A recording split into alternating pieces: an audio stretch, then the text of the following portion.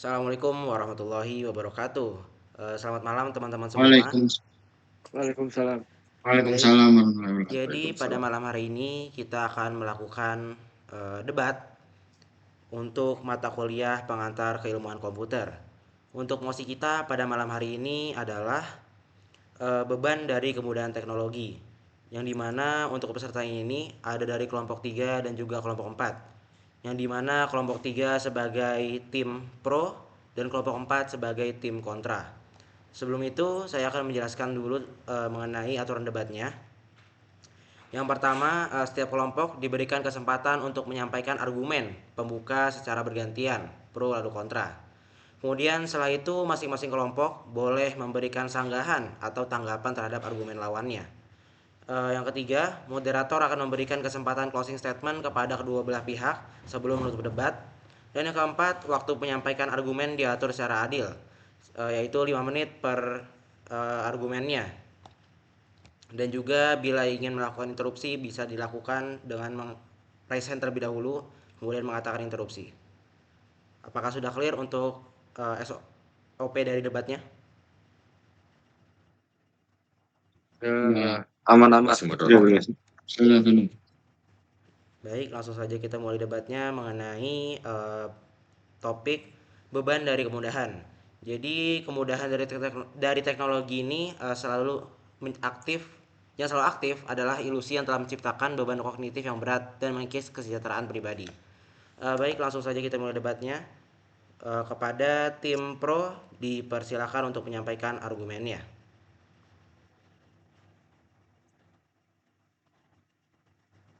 Baik, terima kasih moderator sebelumnya atas kesempatannya untuk menyampaikan argumen. Saya dari tim Pro akan memulai penyampaian argumen. Baik, berdasarkan mosi yang menyatakan kemudahan teknologi membuat beban bagi kita. Di zaman yang era modern seperti saat ini, kemudahan teknologi dapat mempermudah koordinasi dalam melakukan pekerjaan seperti penggunaan WhatsApp, email, atau aplikasi yang lain. Namun pada kenyataannya, teknologi itu membuat batas antara pekerjaan dan kehidupan pribadi menjadi kabur. Banyak karyawan atau mahasiswa di Indonesia mengeluh harus tetap melakukan kegiatan akademik ataupun pekerjaan mereka di luar jam kerja. Berdasarkan survei yang saya dapat dari Kata Data Insight Center pada tahun 2022, sekitar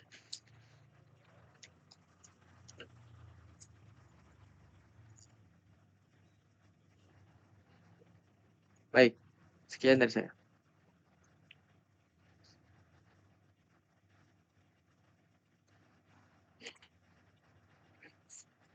Apakah penyampaian argumennya sudah selesai? Nah, sebentar moderator, apakah bisa saya ulangi karena kendala internet? Baik, boleh, silakan.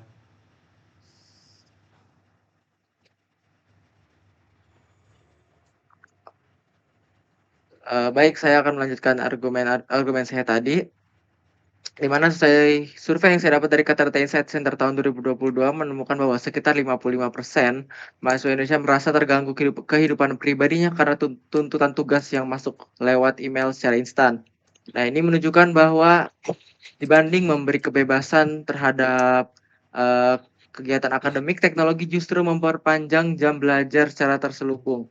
Akibatnya hak untuk benar-benar lepas dari penat kegiatan atau right to diskotek menjadi tidak ada. Hal ini berujung pada meningkatnya resiko stres dan kelemahan mental pada mahasiswa dalam jangka panjang dan menurunkan produktivitas mahasiswa. Terima kasih. Baik, terima kasih kepada kelompok pro. Kita lanjut ke kelompok kontra, dipersilakan. Baik,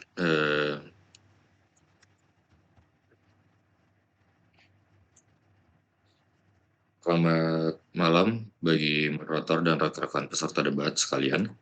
Kami dari tim kontra dengan tegas menolak proposisi yang menyatakan bahwa kemudahan dari teknologi akan selalu aktif hanya ilusi menciptakan beban kognitif bagi kesejahteraan pribadi.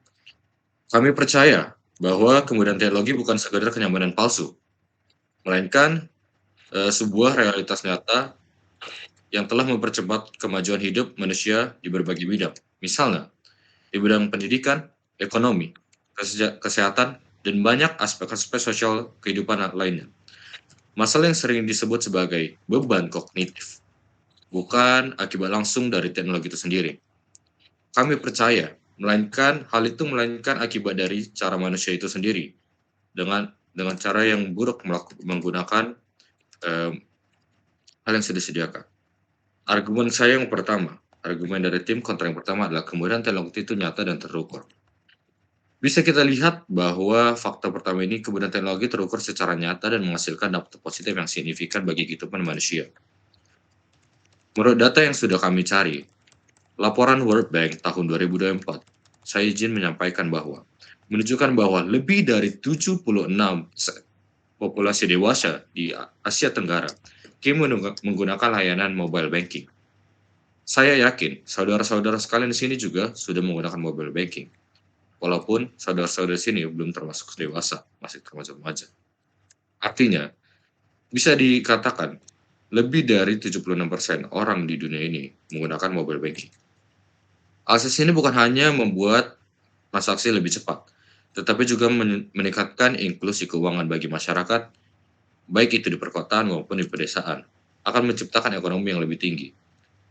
Begitu juga di bidang produktivitas. Saya izin mengutip perkataan mulut McKinsey Global Institute tahun 2023, mengatakan bahwa otomasi dan kecerdasan buatan meningkatkan produktivitas global hingga 1,4% per tahunnya. Dan itu akan terus bertambah setiap tahunnya. Tanpa menambah, ini perlu dikutip bahwa hal tersebut dikatakan tanpa menambah beban kerja mental pada sebagian besar sektor pekerjaan. Yang artinya, kemudahan teknologi telah menghemat waktu, energi, bahkan biaya. Sekaligus membuka kesempatan baru bagi masyarakat untuk berfokus pada hal-hal yang lebih bernilai. Kemudian, kemudahan teknologi meningkatkan kesejahteraan dan akses.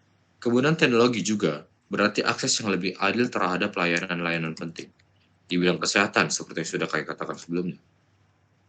Saya mengambil data dari World Health Organization menunjukkan bahwa telemedicine atau layanan kesehatan daring meningkatkan akses layanan hingga 35% di wilayah terpencil. Ini perlu dicatat bahwa di wilayah terpencil juga sudah terimbas dampak dari positif dari hal teknologi ini. Di dunia pendidikan juga, platform seperti Khan Academy or something kayak ruang guru telah membantu jutaan pelajar di seluruh dunia. Saya yakin Anda pernah menggunakan layanan seperti itu untuk belajar, termasuk di Indonesia untuk belajar terbatas tanpa ruang waktu. Anda bisa belajar apapun dengan teknologi yang sudah disediakan. Selanjutnya, masalah tidak berada pada teknologi tersebut, namun terdapat pada kebiasaan, bukan teknologinya. Kami tidak menutup mata terhadap dampak negatif yang sering dikatakan. Namun, yang kita debatkan di sini adalah manfaat negatif dari teknologi. Kami meyakini bahwa tidak ada manfaat negatif dari teknologi, tapi orang-orang yang memakainya, bagaimana cara Anda memakai teknologi tersebut, itulah yang membuat dampak negatif, bukan teknologi yang menimbulkan dampak negatif.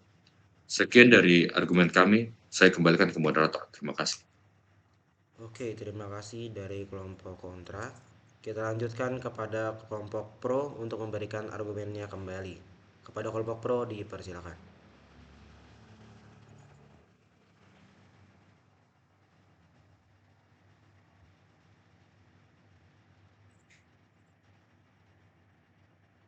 Untuk kelompok pro dipersilakan untuk memberikan argumennya.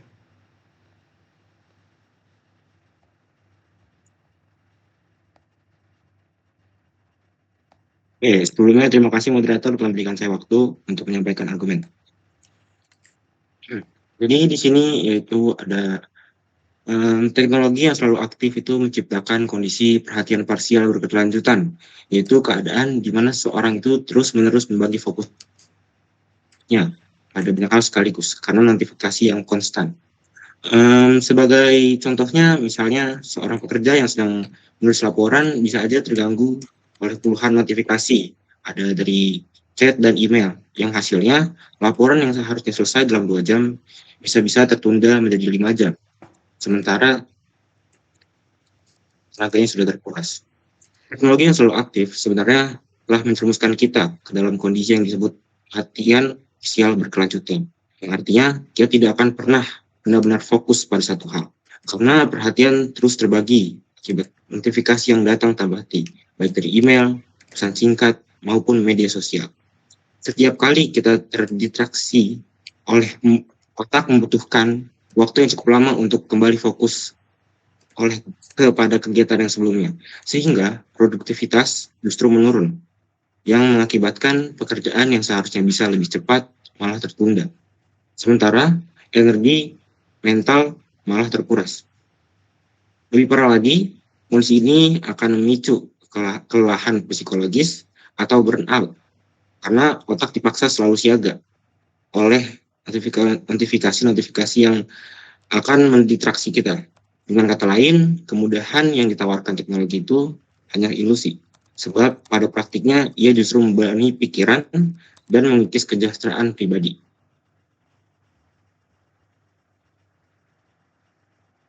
Apakah argumennya sudah selesai? Sudah. Oke, terima kasih kepada kelompok pro. Kita lanjutkan kembali ke kelompok kontra untuk memberikan argumennya. Kepada kelompok kontra dipersilakan. Baik, di sini saya kurang setuju terkait pendapat dari kelompok pro terkait teknologi itu sendiri yang menghasilkan distraksi. Namun sebenarnya hal ini dapat diatasi dengan literasi digital serta manajemen diri.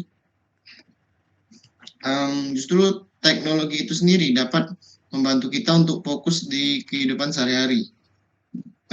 Menurut riset dari Harvard Business Review pada tahun 2022, perusahaan yang menerapkan aplikasi productivity seperti manajemen tugas digital dan sistem kolaborasi berbasis internet mengalami peningkatan produktivitas rata-rata sekitar 20 hingga 25% dibandingkan dengan perusahaan yang masih mengandalkan metode manual. Di sini berarti teknologi itu dapat menjaga fokus kerja tim secara lebih terarah.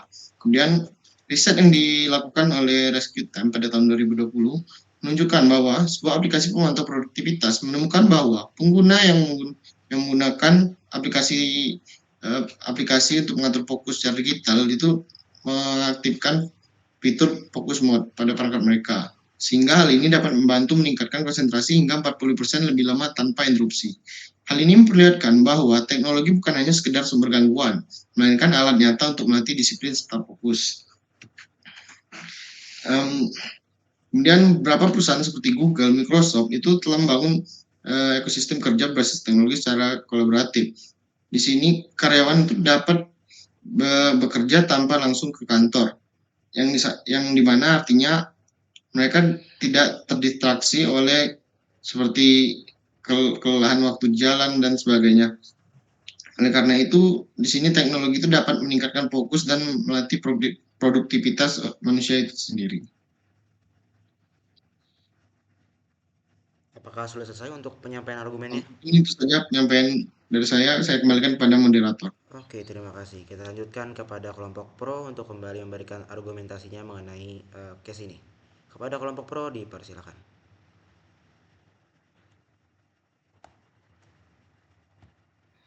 Oke, sebelumnya terima kasih kepada moderator atas kesempatannya. Saya izin sebagai bagian dari kelompok pro akan musik kemudahan dari teknologi ini yang menyebabkan beban kognitif. Saya menekankan kalau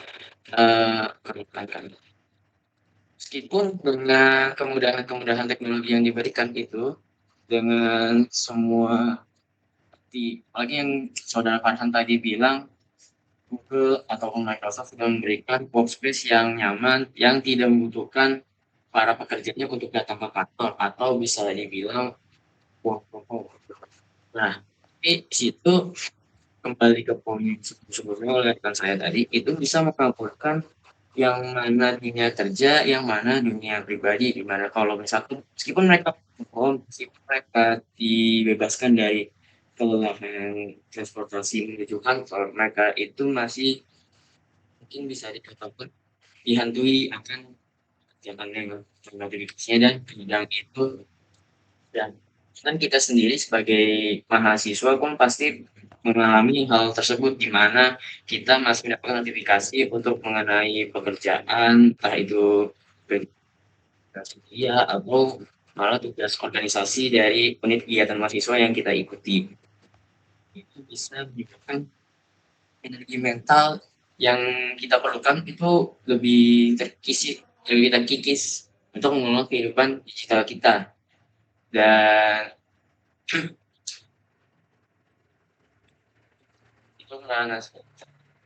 itu bisa menciptakan ketergantungan dan kelelahan digital atau digital fatigue, di mana orang terus-menerus terhubung dengan berbagai platform. Mereka selalu mengikuti ya perkembangan yang pada akhirnya justru menurunkan kesejahteraan mental mereka dan emosional mereka, karena ya mereka sudah mulai kelelahan, apalagi dengan garis yang semakin kabur antara dunia pekerjaan di mana mereka harus menjadi profesional dan di dunia pribadi di mana mereka bisa bersantai untuk merelaksasikan badan dan pikiran mereka. Sekian argumen dari saya. Terima kasih kepada tim pro atas argumennya. Kita lanjutkan kepada tim kontra untuk menyampaikan argumennya. Kepada tim kontra dipersilakan.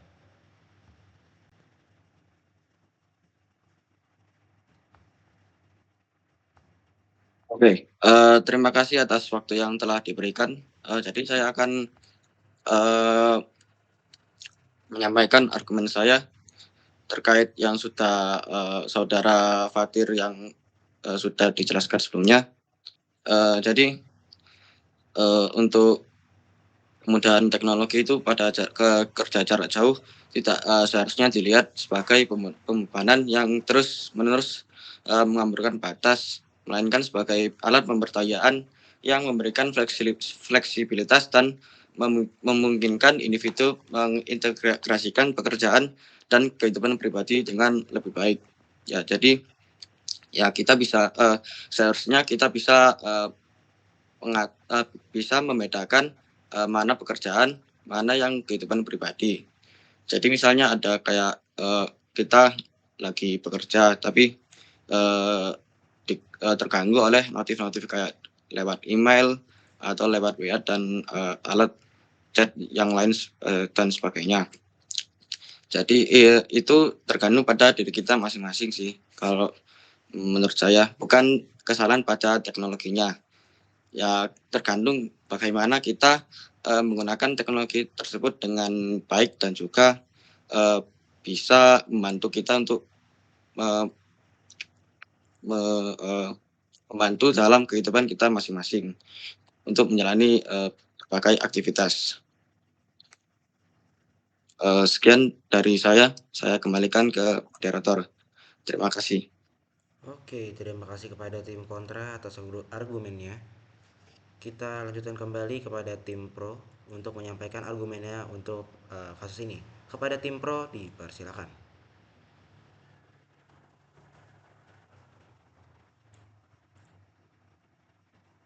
Baik, untuk menyangga argumen dari tim kontra sebelumnya, bahwa tim kontra mengatakan bahwa kemajuan teknologi akan mempermudah dan mendapatkan efektivitas terhadap pekerjaan, serta kita harus bisa mengontrol penuh terhadap diri kita, dan ini bukan salahnya teknologi.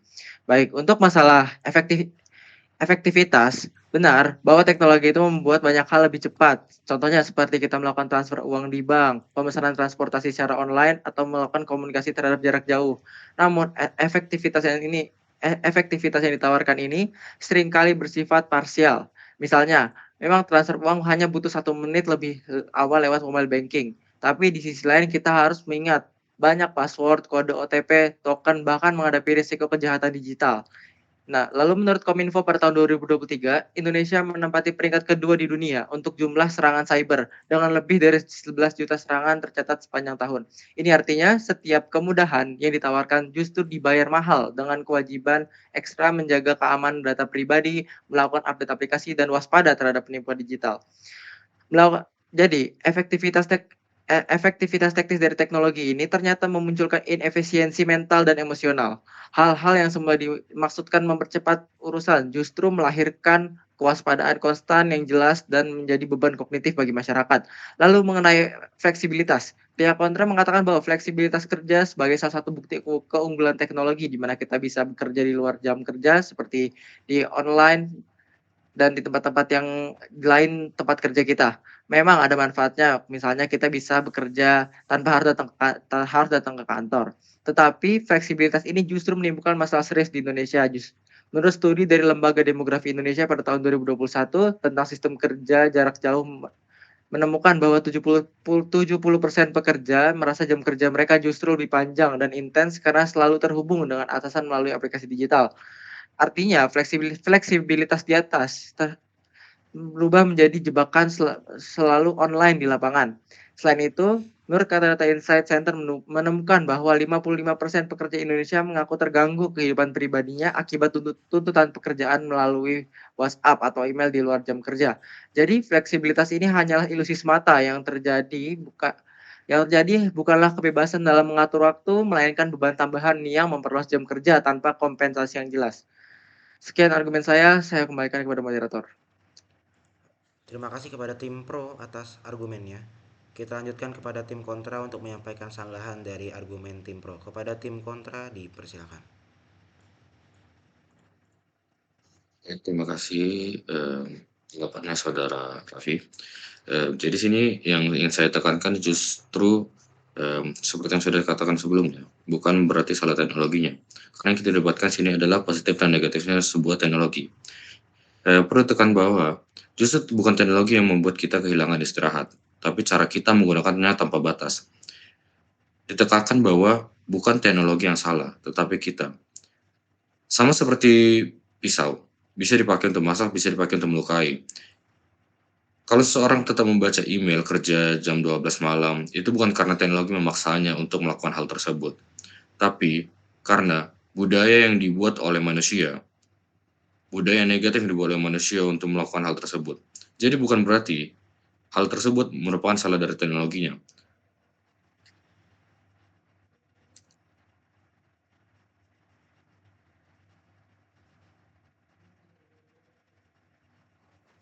Perlu garis bawah juga, setiap terjadinya revolusi dunia ini, seperti revolusi teknologi, selalu menuntut perubahan budaya. Dahulu ketika listrik ditemukan, orang juga tidak percaya kepada listrik. Tidak bisa tidur karena lampu menyala dan hal sebagainya. Tapi manusia dituntut untuk selalu beradaptasi, bukan menyalakan listrik, melainkan mengatur penggunaannya. Sama halnya dengan teknologi sekarang. Kita lah orang yang bisa mengatur teknologi tersebut, bukan teknologi yang mengatur kita. Budaya-budaya tersebut, budaya yang selalu menuntut kita untuk aktif selalu 24 jam ketika ada kerjaan, ada notifikasi. Hal itu sebenarnya sudah disediakan oleh membuat fitur-fitur seperti DND atau hal sebagainya seperti mematikan notifikasi. Hal tersebut sudah disediakan oleh pemerintah. Bagaimana cara kita untuk mengatur hal tersebut? Kita yang dapat mengatur bagaimana cara hidup kita bekerja, bukan teknologi yang dapat mengatur cara kita hidup kita bekerja. Inti dari argumentasi saya kali ini untuk membantah pendapat Anda adalah bagaimana teknologi bukan menjadi suatu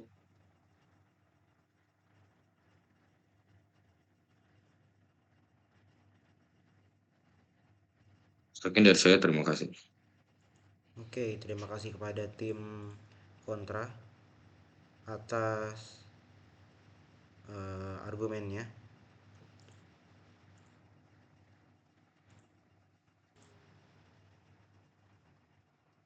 Oke, baik, kita lanjutkan kepada tim pro untuk memberikan sanggahan dari argumen tim kontra. Kepada tim pro dipersilakan untuk menyampaikan argumennya. Dimulai dari sekarang. Terima kasih moderator untuk kesempatannya. Jadi di sini saya akan memberikan sanggahan dari argumen yang disampaikan oleh pihak kontra. Pihak kontra ini berargumen bahwa teknologi itu meningkatkan produktivitas dan bahkan dapat membantu fokus melalui fitur seperti mode fokus. Namun penting untuk dipahami bahwa peningkatan produktivitas perusahaan tidak selalu mencerminkan kesejahteraan individu dari pekerjanya. Memang benar, perusahaan itu menjadi lebih efisien, tetapi hal itu sering terjadi karena karyawan bekerja lebih lama bekerja dengan tekanan sehingga lebih cepat dan dengan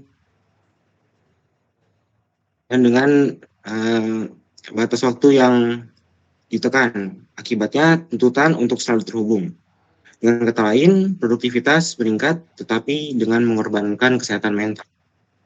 Selain itu, fitur mode fokus itu hanyalah solusi sementara yang tidak menyentuh akar masalahnya. Fitur itu memang tetap bergantung pada disiplin pengguna. Sementara tekanan sosial dan budaya kerja itu menuntut kita untuk terus online. Banyak orang tidak bisa benar-benar menyalakan mode fokus karena khawatir akan dianggap tidak responsif dan tidak profesional. Maka kemudian teknologi ini justru berubah menjadi jebakan psikologis. Kita merasa punya kendali, padahal sistem teknologi dan budaya kerja digital membuat kita sulit benar-benar lepas. Jadi, meskipun teknologi secara data tampak meningkatkan produktivitas, kenyataannya hal itu sering dibayar mahal dengan meningkatkan kelelahan mental, gangguan konsentrasi, dan menurunnya kesejahteraan pribadi. Itulah mengapa kemudahan yang ditawarkan teknologi bukanlah kenyataan sepenuhnya, melainkan ilusi yang menyembunyikan beban kognitif di baliknya. Sekian dari argumen saya, terima kasih. Baik, terima kasih kepada Gratio atas argumennya. Kita lanjut kepada tim kontra untuk memberikan argumennya. Kepada tim kontra, dipersilakan untuk menyampaikan argumennya. Baik, di sini saya ingin menyanggah pernyataan dari tim pro terkait bahwa efisiensi itu dapat menurunkan kesejahteraan dari pekerja itu sendiri. Nah, saya tidak setuju terkait hal itu. Dari efisiensi itu sendiri yaitu meningkatkan produktivitas, yaitu produktivitas ini meningkatkan efisiensi waktu dalam penggunaan teknologi. Misalnya dia dapat memotong untuk waktu komunikasi jarak jauh dan waktu di perjalanan, serta dari teknologi ini sendiri dia itu memberikan lapangan pekerja yang lebih luas. Selain itu juga teknologi ini dapat memberikan waktu untuk pekerja itu dapat menikmati waktu dengan keluarga untuk misalnya berolahraga, rekreasi, dan sebagainya, serta dapat untuk digunakan sebagai pengembangan diri oleh pekerja itu sendiri. Tadi juga sempat disinggung terkait keamanan cyber di teknologi. Nah, keamanan cyber itu sendiri di teknologi itu sudah tidak seperti zaman dulu yang itu rentan sekali untuk diretas dan sebagainya. Sekarang sudah ada yang namanya itu AI atau Artificial Intelligence yang dapat menganalisa kerentanan-kerentanan di suatu sistem. Dan juga AI ini sendiri juga dapat membantu dalam efisiensi itu tadi, yang dapat meningkatkan taraf hidup dari pekerja-pekerja itu tadi. Mungkin itu saja argumen dari tim kontra. Saya kembalikan kepada moderator. Baik, terima kasih kepada tim kontra atas argumennya. Kita lanjutkan untuk penyampaian argumen dari tim pro. Kepada tim pro dipersilakan untuk menyampaikan argumennya.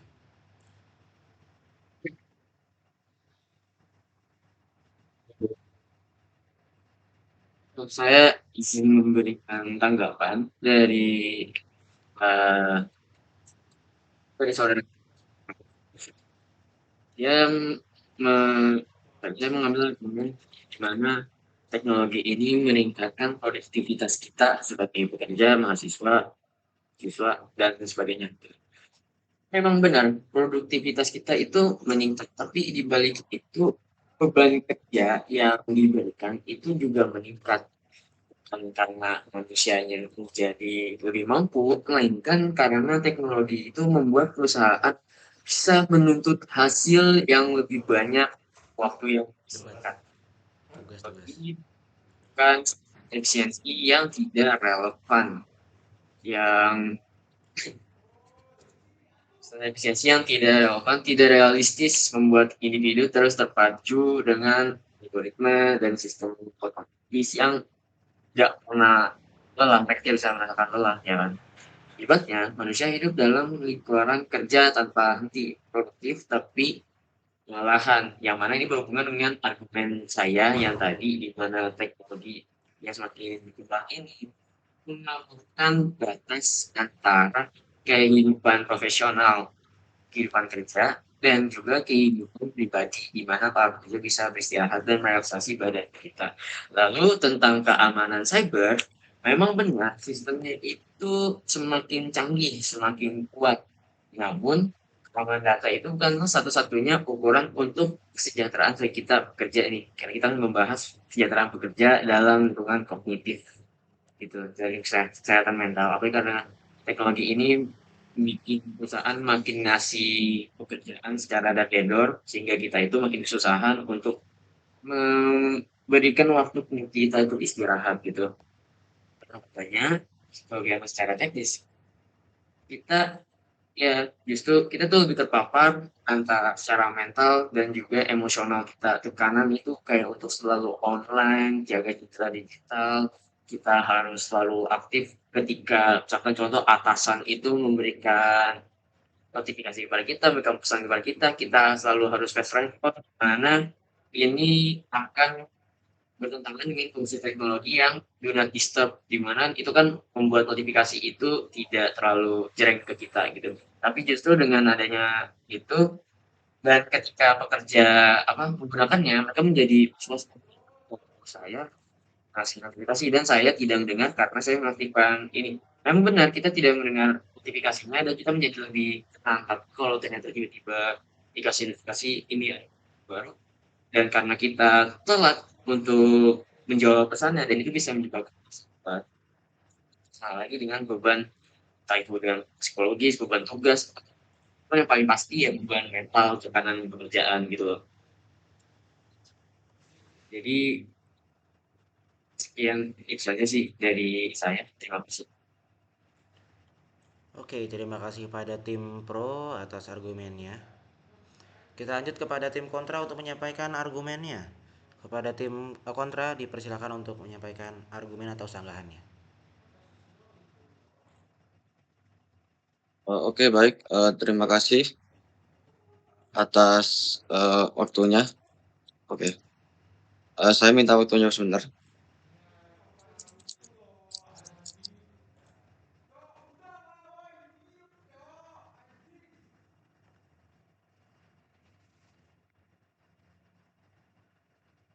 Oke, jadi saya dari tim kontra akan menyanggah pendapat atau argumen yang telah disampaikan sebelumnya. Jadi saya memahami bahwasanya ada kekhawatiran terkait meningkatnya standar produktivitas akibat teknologi. Namun sebenarnya yang perlu kita lihat bahwasanya yaitu teknologi bukanlah penyebab manusia kelelahan, tapi justru melainkan bagaimana cara kita mengelola teknologi tersebut. Teknologi memang membuat pekerjaan kita menjadi lebih cepat, tapi justru pada hal itu bisa menjadi keuntungan. Misalnya pekerjaan yang dulu membutuhkan waktu berjam-jam, kini bisa selesai dalam waktu yang lebih singkat. Jadi dengan kita bisa mengelola teknologi tersebut dengan baik, jadi kita bisa memanajemen waktu dengan baik dan juga kita bisa memiliki lebih banyak kesempatan untuk beristirahat atau bisa juga kita gunakan waktu tersebut untuk kita mengembangkan diri.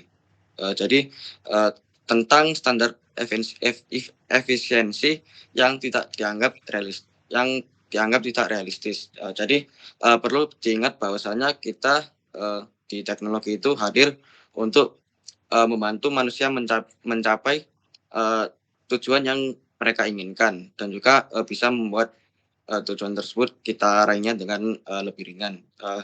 Jika pada kita muncul tekanan berlebihan, masalahnya itu bukan pada teknologinya, melainkan pada kebijakan perusahaan tersebut yang belum bisa menyesuaikan diri dengan perkembangan zaman.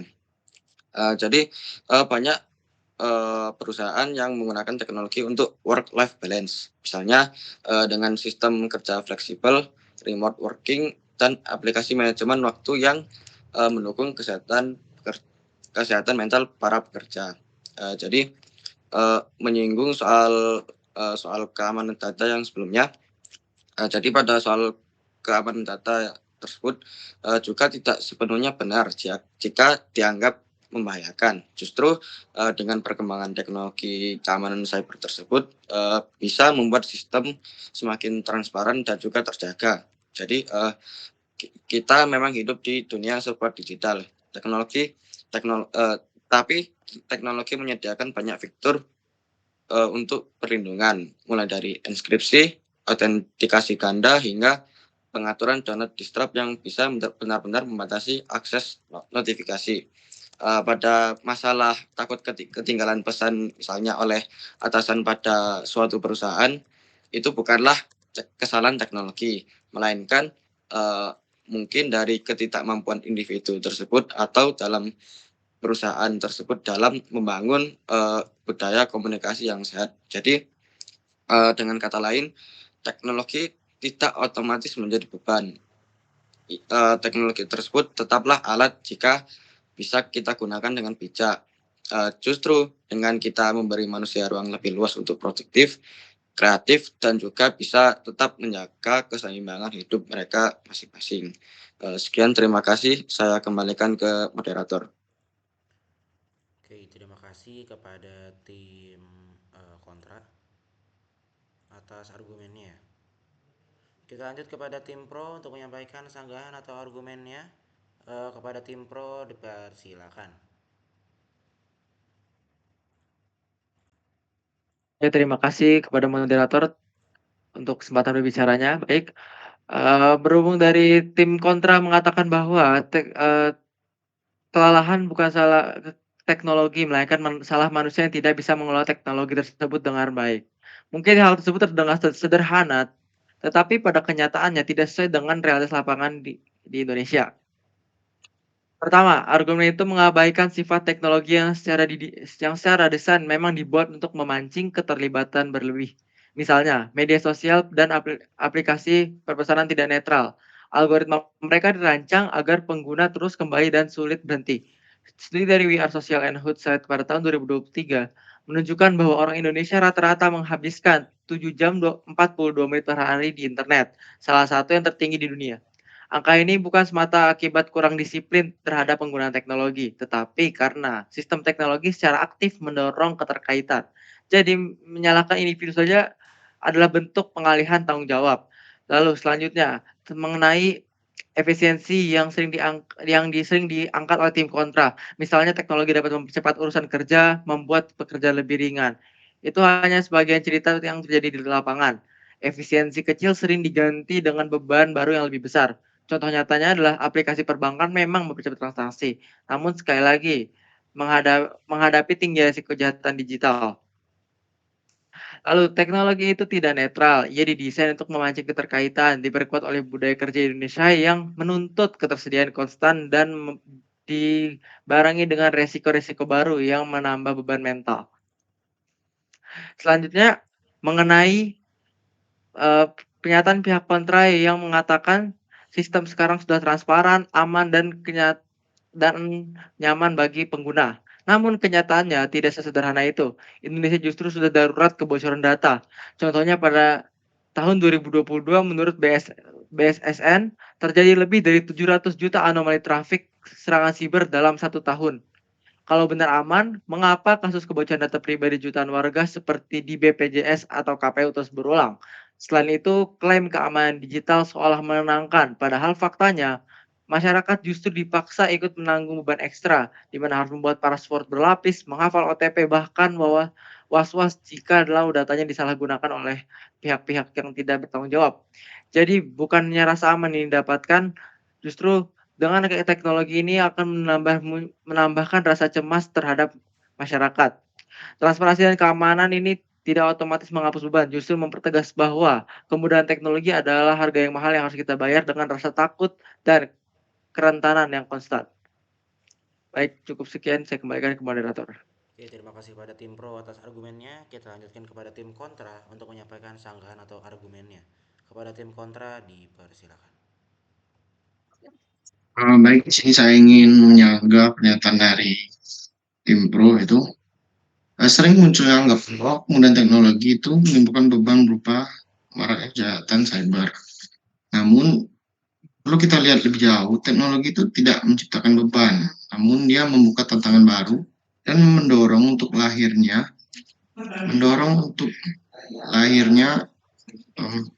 sebentar inovasi keamanan digital sendiri. Itu pertama, perkembangan teknologi itu diiringi dengan tantangan baru memang. Ya, seperti contohnya ini kejahatan cyber kan.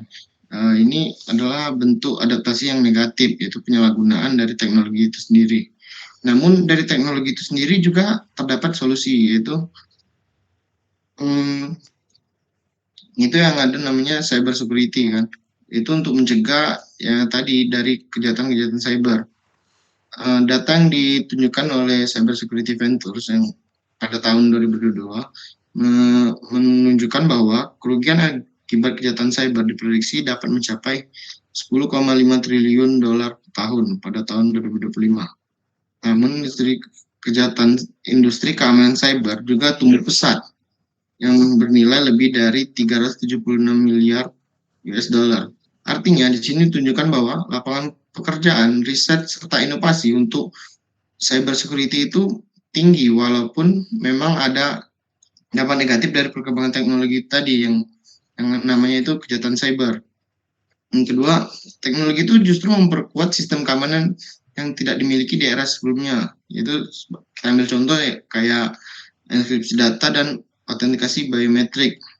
Nah, juga tadi penggunaan AI. Yang penggunaan AI ini dapat mendeteksi serta menganalisa dari serangan-serangan cyber yang akan terjadi. Oh, itu saja pernyataan dari tim kontra. Saya kembalikan kepada moderator. Baik, terima kasih kepada tim kontra.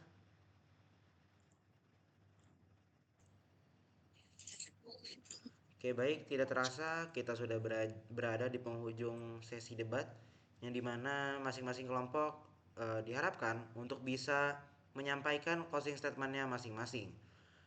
Kita akan mulai dulu dari tim pro untuk menyampaikan closing statementnya. Kepada tim pro dipersilakan. Terima kasih teman-teman. Hasil debat pada hari ini kami jadi ini kan wajah asli di balik teknologi itu memang menjanjikan efisiensi, stabilitas, bahkan di banyak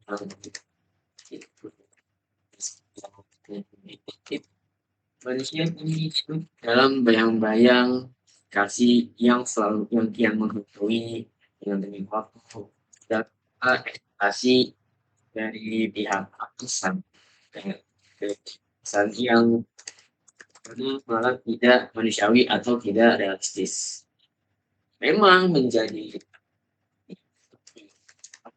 lebih walaupun kita menjadi lebih yang ragu produktivitas kita bisa menjawabnya sebagai iya karena setiap detik dari kemudahan yang kita miliki ada beban kognitif yang semakin menekan seperti pribadi kita yang melahan itu semakin tinggi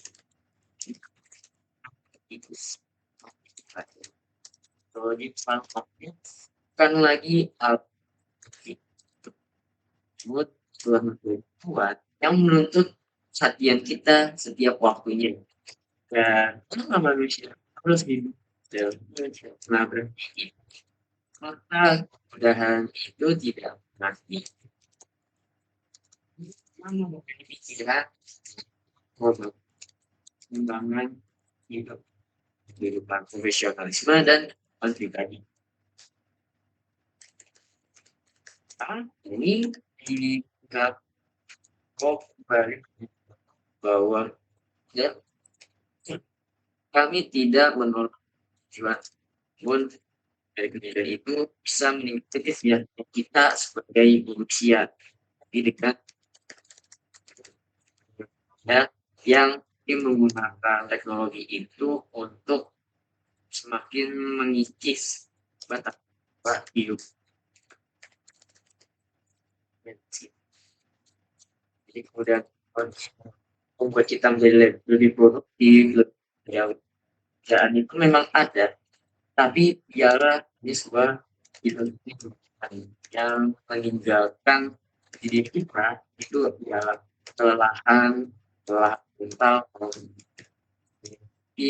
dia hilangnya capaian dari pribadi kita sendiri. Ya, gitu.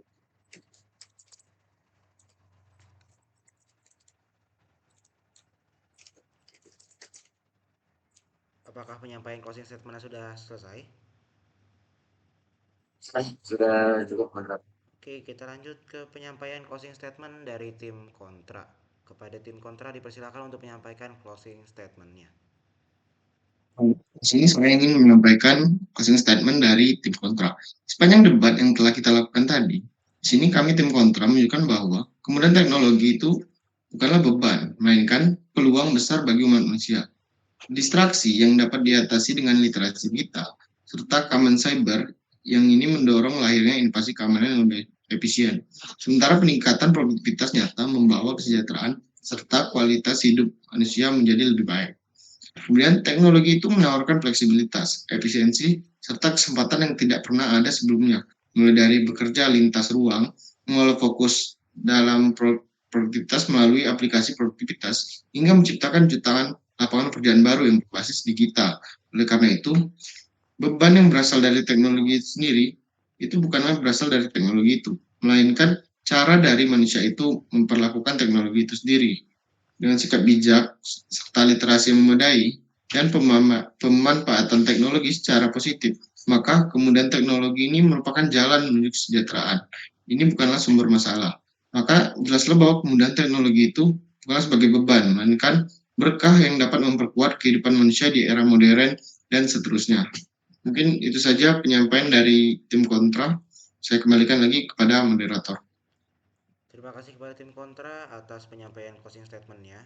Selanjutnya kita akan menyampaikan conclusion atau rangkuman dari debat kita pada malam hari ini. Kepada Notulen dipersilakan untuk menyampaikan rangkuman dari debat kita pada malam hari ini. Terima kasih atas kesempatannya sebelumnya kepada moderator. Berdasarkan kesimpulan yang saya bisa tarik dari perdebatan pro dan kontra ini, memang sebenarnya teknologi ini memberikan suatu efisiensi, meskipun ada suatu beban mental yang harus dikuras. Menurut saya pribadi, ini harus kembali lagi bagaimana dengan kemanusiaannya itu mengelola teknologi. Kedua, bagaimana cara perusahaan dan memiliki budaya yang pekerjaan yang baik. Ketiga, bagaimana kayak keamanan data siber itu bisa dikelola dengan baik. Apabila kalau misalnya semua itu bisa dikendalikan dengan baik, maka suatu teknologi bisa memberikan suatu kemajuan dan suatu peluang yang tidak pernah ada sebelumnya. Namun, melainkan jika tidak semua itu tidak bisa ditangani dengan baik, teknologi hanya memberikan beban mental karena itu hanyalah suatu ilusi semata begitu. Udah, itu adalah kesimpulan dari saya. Terima kasih. Baik, dengan penyampaian kesimpulan tadi, maka berakhirlah debat kita pada malam hari ini dengan topik beban dari kemudahan teknologi. Saya mengucapkan banyak terima kasih kepada teman-teman yang sudah berpartisipasi aktif dalam debat pada malam hari ini. Dan juga saya atas nama moderator dan juga mewakili Notulen minta maaf apabila ada kesalahan dan kekurangan dalam memandu jalanan debat pada malam hari ini. Terima kasih atas kehadiran teman-teman semua dan